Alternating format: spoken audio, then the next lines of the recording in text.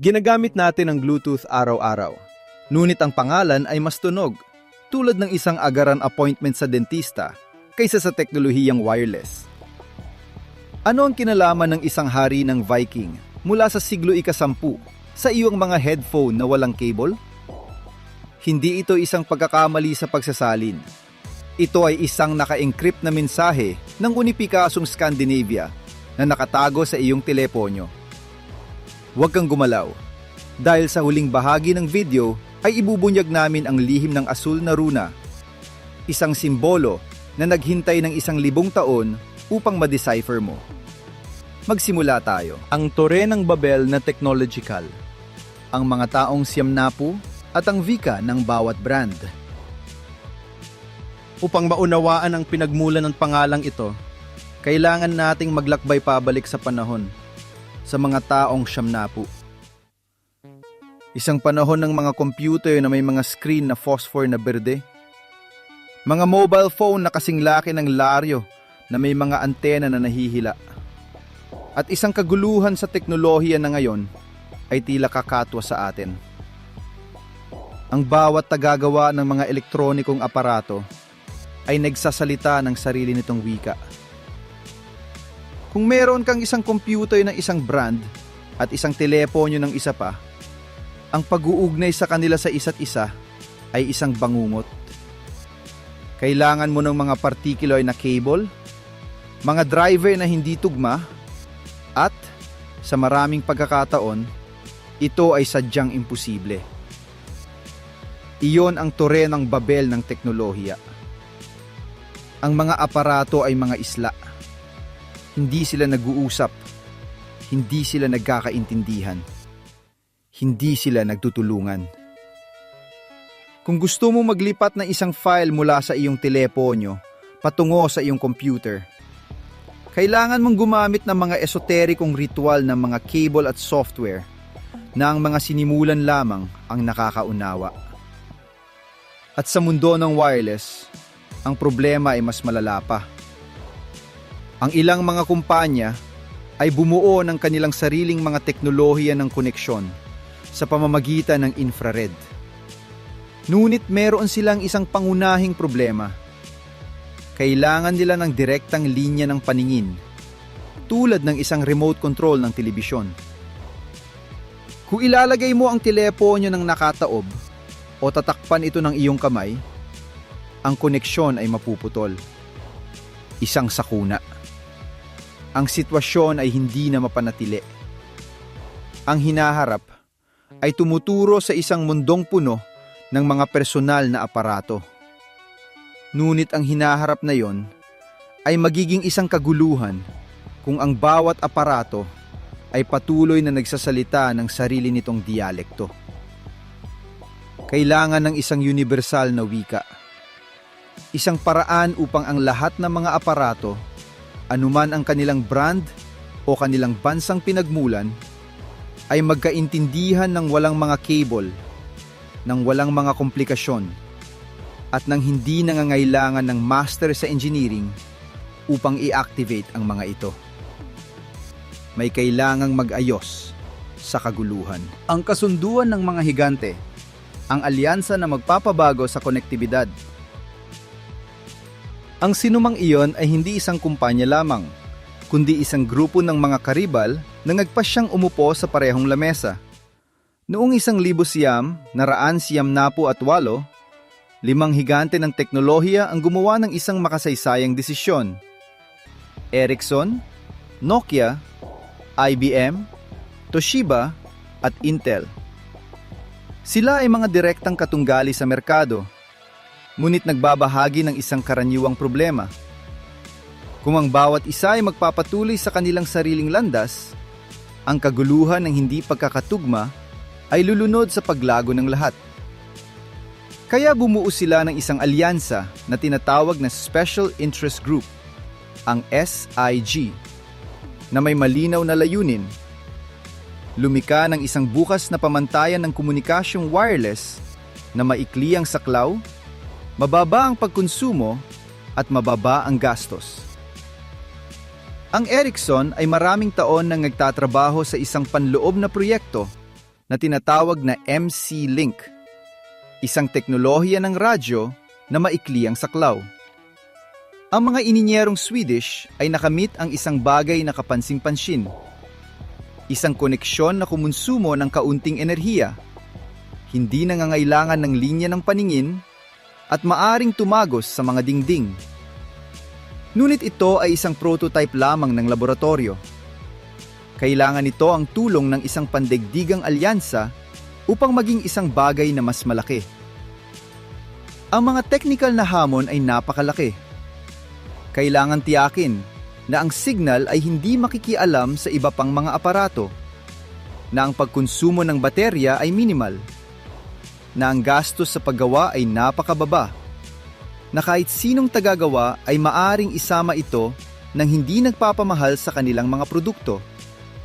At higit sa lahat, kailangan kumpinsihin ang mundo na ang bagong pamantayang ito ay mas mahusay kaysa sa pagsubok na ipataw ang sarili.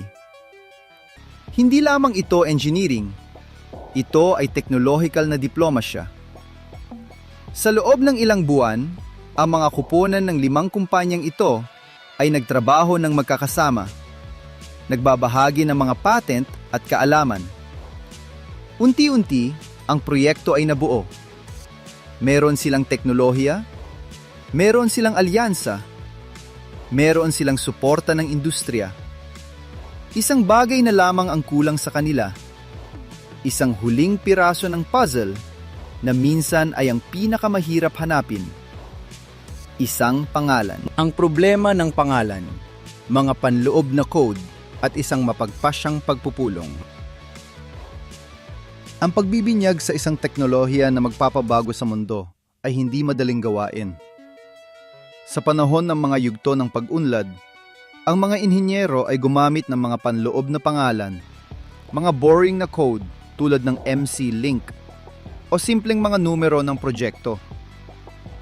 Ngunit upang ilunsad ito sa merkado, kailangan nila ng isang bagay na komersyal, isang bagay na maganda pakinggan sa lahat ng wika, na madaling tandaan at hindi pa nakarehistro ng anumang ibang kumpanya.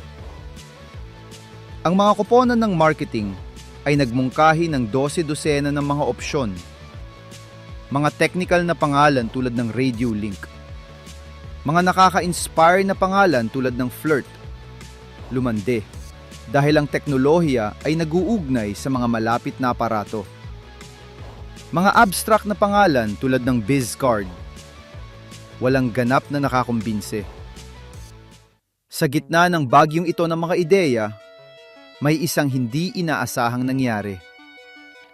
Sa isa sa mga pagpupulo ng grupo, isang ininyero ng Intel na nagngangalang Jim Kardach ay nagbitiw ng isang mungkahi na parang biro.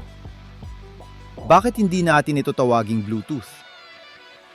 May mga tawanan, syempre. Diente asul o ngiping asul ay mas tunog tulad ng isang pirata mula sa kwentong pambata o isang brand ng toothpaste kaysa sa isang makabagong teknolohiya. Ano ang ibig sabihin yon? Ngunit hindi tumawa si Kardach. Kilala niyang mabuti ang kasaysayang Nordic. Siya ay mahilig sa mga Viking at sa kanilang mga alamat. At sa sandaling yon, habang naghahanap ng pangalan, naalala niya ang isang aklat na binabasa niya. Isang makasaysayang nobela tungkol sa mga Viking na pinamagatang The Longships. Sa mga pahina nito, lumitaw ang figura ng isang hari ng Denmark mula sa siglo ika-10 na nagngangalang Harald Blåtand. At sa sandaling yon, ang koneksyon ay parang isang kidlat.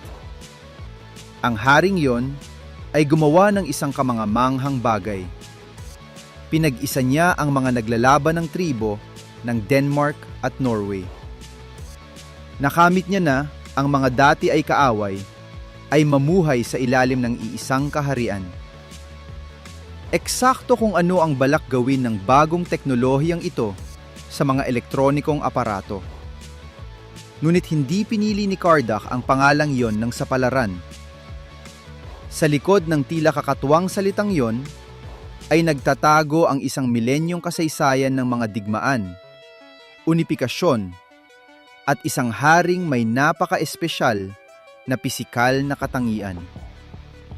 Upang maunawaan kung bakit ang Bluetooth ang perpektong metapora, kailangan nating maglakbay ng 1,000 taon pabalik sa isang Denmark na nahahati sa mga clan at pinamumunuan ng isang lalaking may niping may kulay. Isang lalaki na, nang hindi nalalaman, ay magpapahiram ng kanyang pangalan at ng kanyang mga inisyal sa teknolohiya na dala natin ngayon sa ating bulsa. Ang unifikador ng Scandinavia, ang kasaysayan ni Harald Blåtand. Upang maunawaan kung bakit ang isang inhinyero ng Intel ay nagmungkahi ng gayong pangalan, dapat tayong bumalik ng hindi kukulangin sa 1,100 taon, hanggang sa Denmark ng siglo ika-10. Isang ligaw na lupain ng mga fjord, hindi mapasok ng mga kagubatan at mga mandirigmang clan na nag-aapoy sa galit sa isa't isa na tanging mga siglo ng paghihiganti ng pamilya ang makakabuo. Ang Scandinavia ay isang mosaic ng mga naglalaban ng tribo. Bawat isa ay may sariling pinuno, sariling mga Diyos, at sariling teritoryo na ipagtatanggol sa pamamagitan ng dugo at apoy. Sa gitna ng kaguluhang iyon ay ipinanganak si Harald Gormson, anak ni Haring Gorm el Viejo at ni Tyra Danebod. Namuno siya sa Denmark mula humigit kumulang sa taong 958 hanggang sa kanyang kamatayan, bandang 986. Ngunit si Harald ay hindi lamang isa pang hari. Siya ang lalaking nakamit ang imposible. Pag-isahin sa ilalim ng kanyang pamumuno ang lahat na nagkakawawak na tribo ng Denmark at, bukod pa rito, palawakin ang kanyang kapangyarihan sa Norway. Kung saan dati ay may patuloy na digmaan sa pagitan ng mga clan, nagpataw siya ng isang solong kaharian. Kung saan dati ay may mga wika at kaugaliang naglalaban, bumuo siya ng isang ibinahaging pagkakakilanlan. Siya ay, sa esensya, ang unang dakilang unifier ng rehiyon ng Scandinavia. Ngunit kung gayon, paano ang tungkol sa palayaw? Bakit niping asul? Ang kasaysayan ay hindi ganap na malinaw, at ang mga talamasulat ng panahon ay nag-aalok ng mga magkasalungat na bersyon. Ang pinakatinatanggap na teorya ay si Harald ay may isang patay na ngipin. Bulok o nabulok na. Kapag na-oxidize o nabulok, ay nagkakaroon ng madilim, asul o maitim na kulay. Sa mga saga ng Nordic, karaniwan na ang mga mandirigma ay makatanggap ng mga palayaw batay sa mga partikular na pisikal na katangian. Harald, magandang balat. Erik, madugong palakol. Ang isang ngiping may kakaibang kulay ay sapat na dahilan upang binyagan ng isang hari.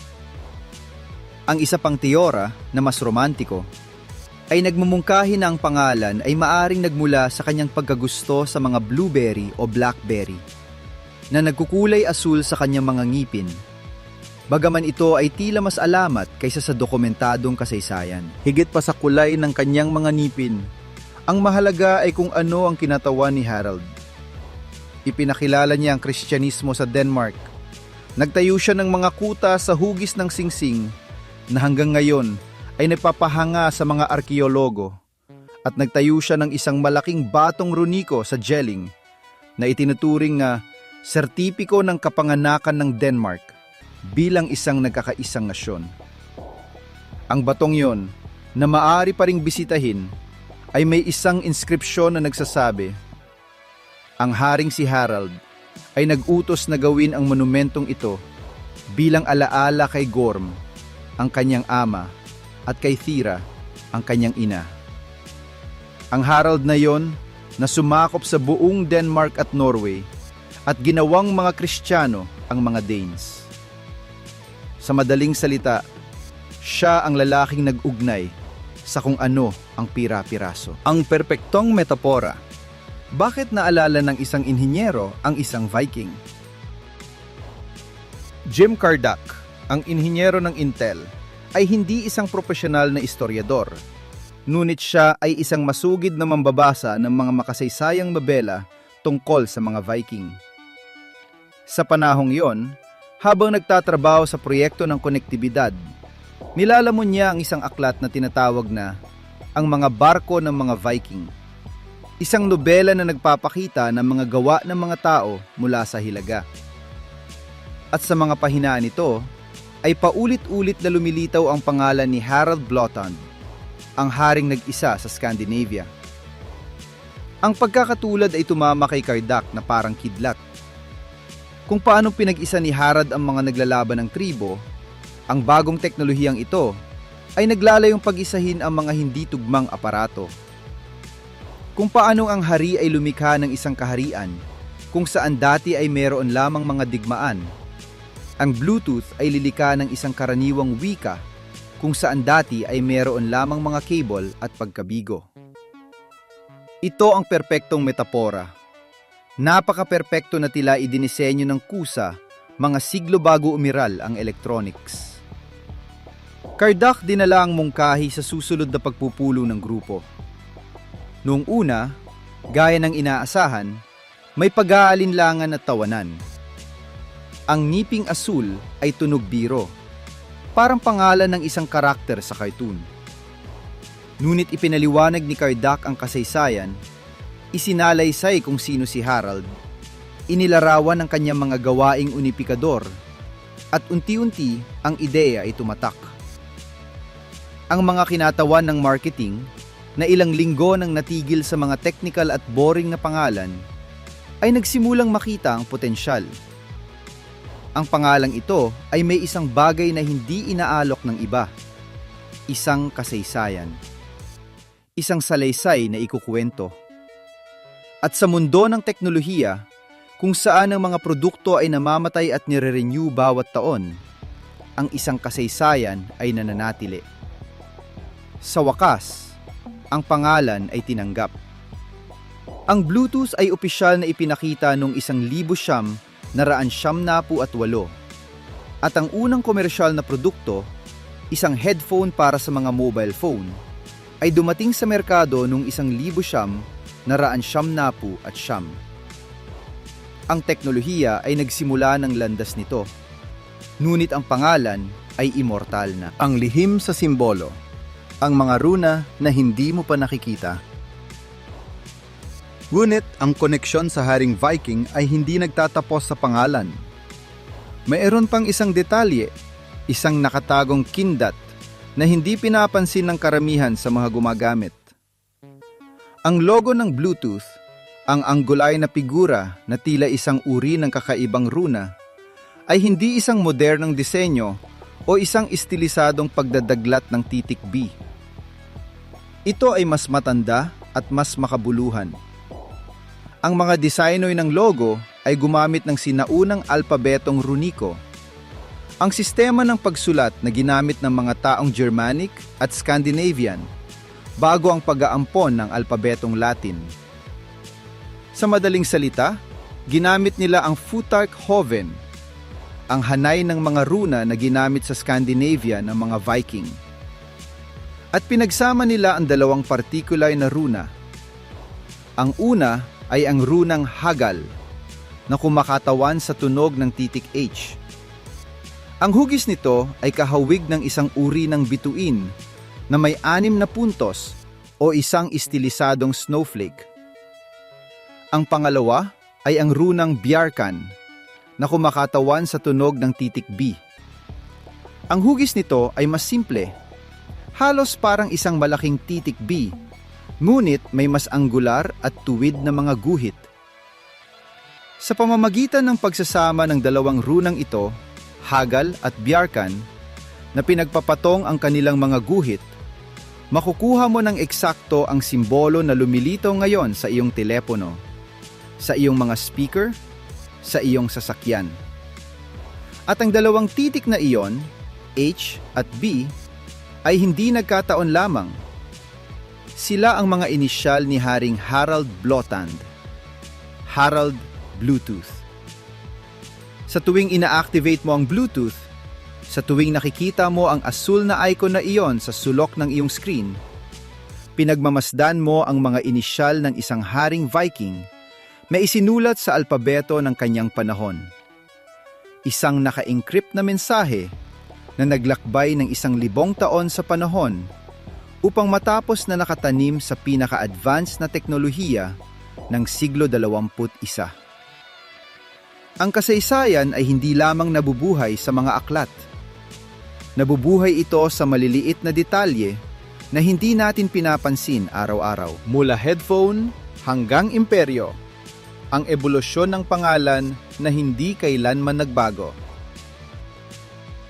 Mula noong unang headphone na yon ng 1,000, 999, ang Bluetooth ay nakarating na sa isang kamangha-manghang landas. Ang mga unang bersyon ay mabagal, may limitadong saklaw, at mga problema sa pagiging tugma na kung minsan ay nagpapabaliw sa mga gumagamit. Ngunit ang pamantayan ay bumuti. Dumating ang bersyon 2.0. Pagkatapos ay ang 3.0, ang 4.0, at sa wakas ang 5.0 na nagparami ng bilis at saklaw habang binabawasan ang pagkonsumo ng enerhiya sa mga antas na halos hindi mahalaga. Ngayon, bilyon-bilyong aparato ang ginagawa bawat taon na may kasamang Bluetooth. Mga wireless na headphone, mga portable speaker, mga smartwatch, mga keyboard, mga mouse, mga video game console, mga sasakyan, mga pacemaker, maging ang mga refrigerator at mga bumbilya. Lahat ay kumukonekta sa pamamagitan ng hindi nakikitang signal na yon na nagtataglay ng pangalan ng Haring Viking. At ang pinakakamangha-mangha ay ang pangalan ay hindi nagbago kahit isang beses. Sa higit sa 20 taon ng technological na ebolusyon, na may mga bersyon na nagparami ng 100 beses sa orihinal na mga kakayahan, ang pangalan ay nanatiling hindi nagbabago. Walang Bluetooth Pro o isang Bluetooth 2.0 na binago ang pangalan. Nanatili itong Bluetooth, ang parehong pangalan na iminungkahi ng isang inhinyero habang tumatawa sa isang pagpupulong noong mga taong 90. Ito ay isang patotoo sa kapangyarihan ng magagandang kwento. Kapag nagtagumpay ka sa isang pangalan na may kaluluwa, hindi mo na kailangang baguhin ito kailanman. Sa susunod na i-activate mo ang Bluetooth sa iyong telepono, huminto ka sandali at isipin ang lahat ng nasa likod ng maliit na asul na icon na iyon. Isipin ang mga taong 90 at ang kaguluhan ng mga cable at hindi pagkakatugma. Isipin ang 5 technological na higante na nagpasyang umupo sa parehong lamesa. Isipin si Jim Kardec, nagbabasa ng isang nobela ng mga Viking at nagkaroon ng isang kidlat ng inspirasyon. At isipin si Harald Blåtand, ang haring higit sa 1,000 taon na ang nakalilipas ay nag-isa sa Denmark at Norway. At ang kanyang ngiping may kulay ay nagbigay ng pangalan nang hindi niya nalalaman sa teknolohiya na ginagamit natin ngayon araw-araw. Ang Bluetooth ay hindi lamang isang protocol ng komunikasyon. Ito ay isang tulay sa pagitan ng mga panahon. Isang hindi nakikitang koneksyon sa pagitan ng nakaraang medieval at ng hinaharap na digital. Ito ay patunay na ang pinakamahusay na mga ideya ay hindi palaging ipinanganak mula sa purong paggana, kundi mula sa kakayahan ng tao na makahanap ng mga kwento kung saan ang iba ay nakakakita lamang ng mga circuit at signal.